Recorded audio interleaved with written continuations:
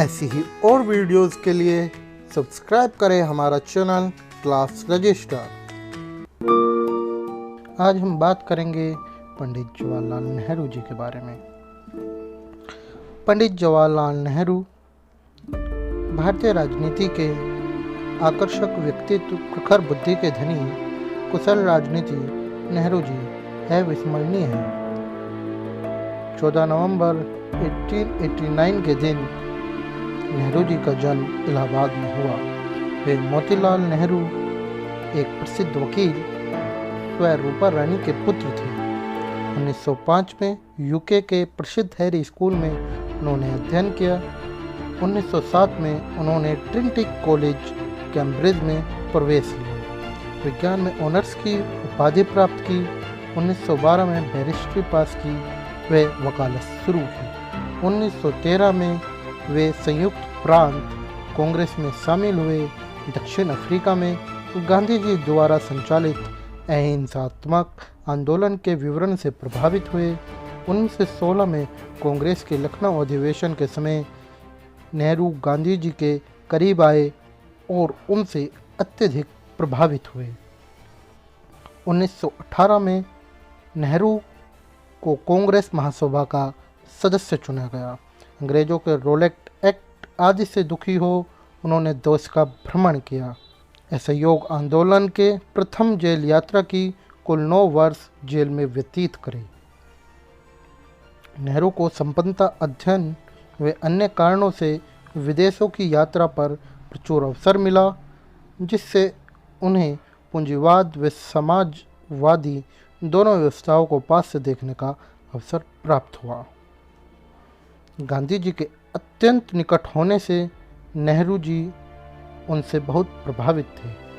गांधी जी के आशीर्वाद से जवाहरलाल नेहरू कांग्रेस के लाहौर अधिवेशन के सभापति चुन लिए गए और 31 दिसंबर 1929 को आधी रात को पूर्ण स्वराज की ऐतिहासिक प्रस्ताव पास किया गया। 1936, 1937, 1946 में पुनः कांग्रेस के सभापति चुने गए। 1942 में 42 के आंदोलन में उन्होंने लगभग 3 वर्ष कारागार में बिताने पड़े। नेहरू जी के राजनीतिक विचार। नेहरू राष्ट्रवाद व अंतर्राष्ट्रवाद।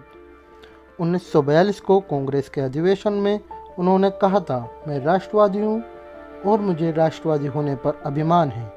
राष्ट्रीयता संबंधी उनकी धारणा संकुचित नहीं है। उनका कहना था कि मातृभूमि के प्रति भावुकता से भरे संबंध को राष्ट्रीयता कहते हैं। वे उदार राष्ट्रवादी थे क्योंकि उदारवाद में उनका गहरा विश्वास था। उदार राष्ट्रवाद का प्रमुख लक्षण यह है कि अपने राष्ट्र के प्रति भावुक होते हुए भी वह दूसरे राष्ट्र से घृणा नहीं करता। जिन्ना ने धर्म को लेकर मुस्लिम राष्ट्रीयता के लिए पैरवी की थी और इस आधार पर उन्होंने भारत से अलग एक मुस्लिम राष्ट्रीयता की मांग की थी। तब नेहरू ने कहा था कि यदि राष्ट्रीयता का आधार धर्म है तो भारत में न केवल 2 वरन तमाम राष्ट्र मौजूद हैं। उन्होंने कहा कि केवल 2 ही धर्म नहीं वरन तमाम राष्ट्र मौजूद है। भारत की राष्ट्रीयता ना हिंदू राष्ट्रीयता है ना मुस्लिम, वरन यह विशुद्ध भारतीय है। नेहरू का राष्ट्रवाद धर्मनिरपेक्षता पर आधारित है। 1929 में लाहौर कांग्रेस के अध्यक्ष पद से बोलते हुए भी उन्होंने कहा था, मुझे धर्म की कट्टरता पसंद नहीं है। मैं इस बात का समर्थन नहीं करता कि किसी जाति या धर्म के नाम पर सियासी और आर्थिक हक निर्भर करने चाहिए। नेहरू जी का अंतर्राष्ट्रवाद। नेहरू राष्ट्रवादी होने के साथ साथ महान मानवतावादी तथा अंतर्राष्ट्रवादी भी थे। नेहरू के राष्ट्रवाद और अंतर्राष्ट्रवाद एक दूसरे के पूरक हैं, विरोधी नहीं। अंतर्राष्ट्रीयता के लिए आवश्यक है कि दुनिया के सारे राष्ट्रों को स्वतंत्रता मिले। बिना स्वतंत्र हुए सच्चा राष्ट्रवाद नहीं आ सकता। वह राष्ट्रवादी होने पर ही अंतर्राष्ट्रवादी हुआ जा सकता है। यही नेहरू का विश्वास था। वे ऐसे राष्ट्रवाद के विरोधी थे जो अपनी चरम अवस्था पर पहुंचकर स्वयं को अन्य की तुलना में सर्वश्रेष्ठ मानकर अंतर्राष्ट्रवाद का विरोधी बन जाता है। अंतर्राष्ट्रवादी के क्षेत्र में नेहरू का प्रमुख योगदान गुटनिरपेक्षता व पंचशील के सिद्धांत थे। विश्व जैसे दो खेमों में बंट चुका था, जो द्वितीय विश्व युद्ध के बाद प्रबल रूप से एक दूसरे के विरोधी थे। यूएसए पूंजीवाद शिविर और यूएसएसआर का साम्यवाद शिविर। ऐसे में नेहरू का भारतीय विदेश नीति को गुटनिरपेक्ष बनाए रखना बहुत परिश्रम साध्य व दूरदर्शी कार्य था। 1949 में नेहरू ने कहा था कि जब स्वतंत्रता के लिए संकट उपस्थित हो, न्याय को आघात पहुँचे और आक्रमण की घटना घटित हो, तब हम ना तो तटस्थ रह सकते और न ही तटस्थ रहेंगे। गुटनिरपेक्षता की नीति एक गतिशील धारणा भी है। राष्ट्रों के आपसी व्यवहार को नियंत्रण करने के लिए नेहरू ने 1954 में चीन के पीएम के साथ मिलकर पंचशील के 5 सिद्धांतों को जन्म दिया। सिद्धांत नंबर 1, एक दूसरे के प्रादेशिक अखंडता तथा प्रभुसत्ता का सम्मान, पारस्परिक अनाक्रमण, एक दूसरे के आंतरिक मामलों में हस्तक्षेप न करना, समानता के आधार पर पारस्परिक लाभ, शांतिपूर्ण सह अस्तित्व। यद्यपि चीन ने इसका उल्लंघन किया, किंतु फिर भी विश्व शांति के क्षेत्र में पंचशील के सिद्धांतों का महत्व कम नहीं होता है। नेहरू जी के लोकतांत्रिक समाजवाद और नेहरू के अनुसार लोकतंत्र सर्वोत्तम शासन व्यवस्था है। लोकतंत्र एक गतिशील धारणा है। नेहरू ने संविधान और नागरिक अधिकारों का विशेष बल दिया है। वे सत्ता के विकेंद्रीकरण में विश्वास रखते थे, इसलिए उन्होंने 21 अक्टूबर 1959 को लोकतांत्रिक विकेंद्रीकरण की योजना अपनाई थी। राजनीतिक क्षेत्र में लोकतंत्र और आर्थिक क्षेत्र में समाजवाद के बीच समन्वय ही लोकतांत्रिक समाजवाद है।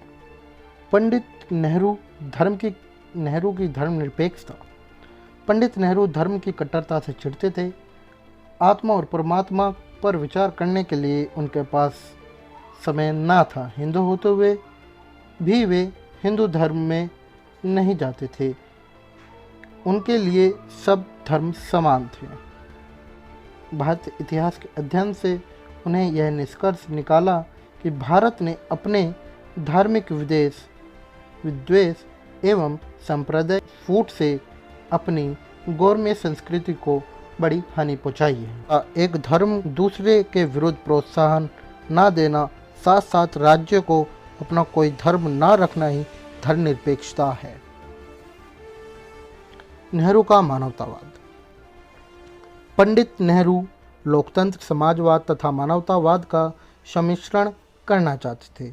वे हिंसा से घृणा एवं अहिंसा से प्रति श्रद्धा रखते थे। पंडित नेहरू के अहिंसा के विचार।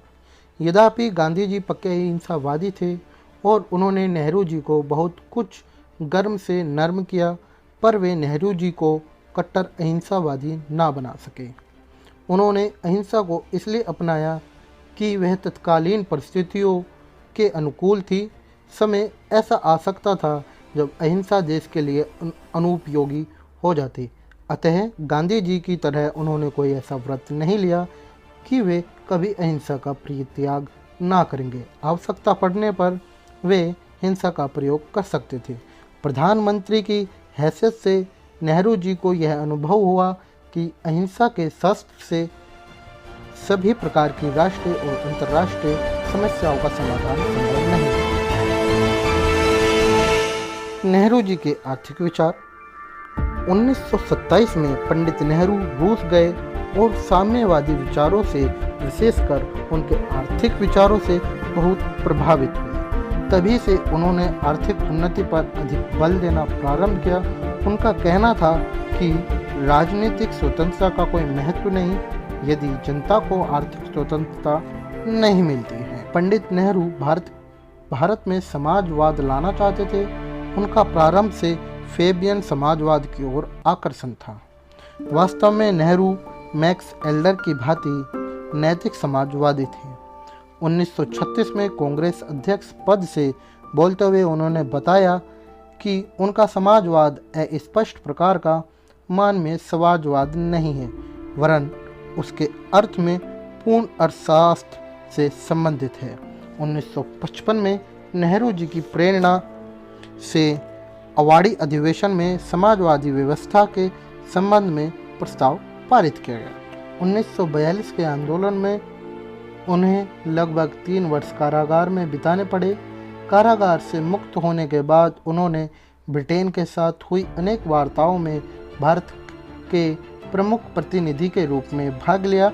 1946 में उन्होंने भारत की अंतरिम सरकार का निर्माण किया और फिर 15 अगस्त से लेकर 27 मई 1964 के दिन अपनी मृत्यु के समय तक उन्होंने स्वतंत्र भारत के प्रधानमंत्री पद पर कार्य किया। ऐसी ही और वीडियोस के लिए सब्सक्राइब करें हमारा चैनल।